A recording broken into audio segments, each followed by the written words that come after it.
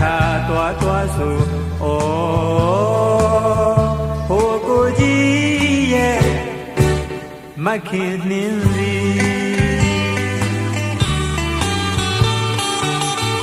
နှွေးရိပ်ဝေသောຫນွေဦးညာများမှာကြောင်းနေဦးငါများတဲ့ညာစိတ်မဆွဲပါပဲတိတ်တဲမှာလဲဝေခွဲ၍ပေါ်လာတို့အခါ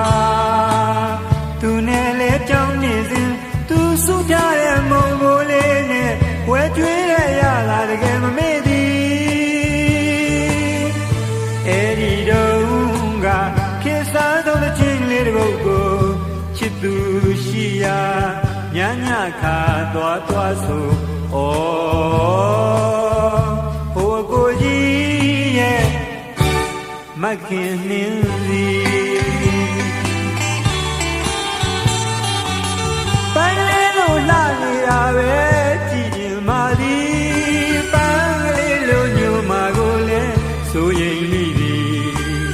ပန်းလေးလိုလှနေတာပဲကြည်ရင်မာသည်ပန်းလေးလိုညိုမာကိုလည်းဆိုရင်မိသည်မခင်နှင်းစီမခင်နှင်းစီ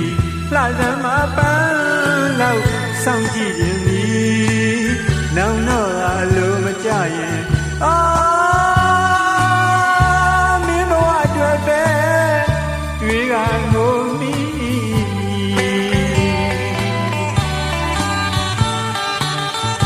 ကိုတို့မြို့မှာတော့လေခေတ်စားဆုံးတစ်ချင်းနဲ့အလှဆုံးမိန်းကလေးပြပါဆိုရင်မခင်နှင်းစီရဲ့မခင်နှင်းစီရဲ့တစ်ဖက်သက်တဲ့ကိုလေးနဲ့ချိန်ပိုးဆွေးတဲ့ကျွန်တော်ရဲ့ဘာလဲပြောပြောရလွင်ရှိတယ်အခုတော့လေဒါတွေပြီးခဲ့ပါပြီပြီးခဲ့ပါပြီပြီးခဲ့ပါပြီပြီးခဲ့ပါပြီဒါပေမဲ့လေတရားတစ်ခါတော့တတိယနေပါဒီ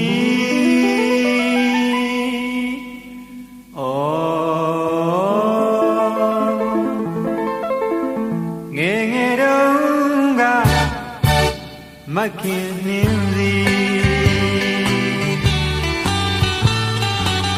ပန်းလေးလိုလှနေတာပဲကြည်ရင်မာသည်ပန်းလေးလိုညိုမာကိုလည်းဆိုရင်မိသည်ပန်းလေးလိုလှနေတာပဲကြည်ရင်မာသည်ပန်းလေးလိုညိုမာကိုလည်းဆိုရင်မိသည်မခင်နှင်းစီမခင်နှင်းစီလှစမ်းမပန်းလောက်စောင့်ကြည့်ရင်သည်နောင်တော့သာအလိုမကြရင်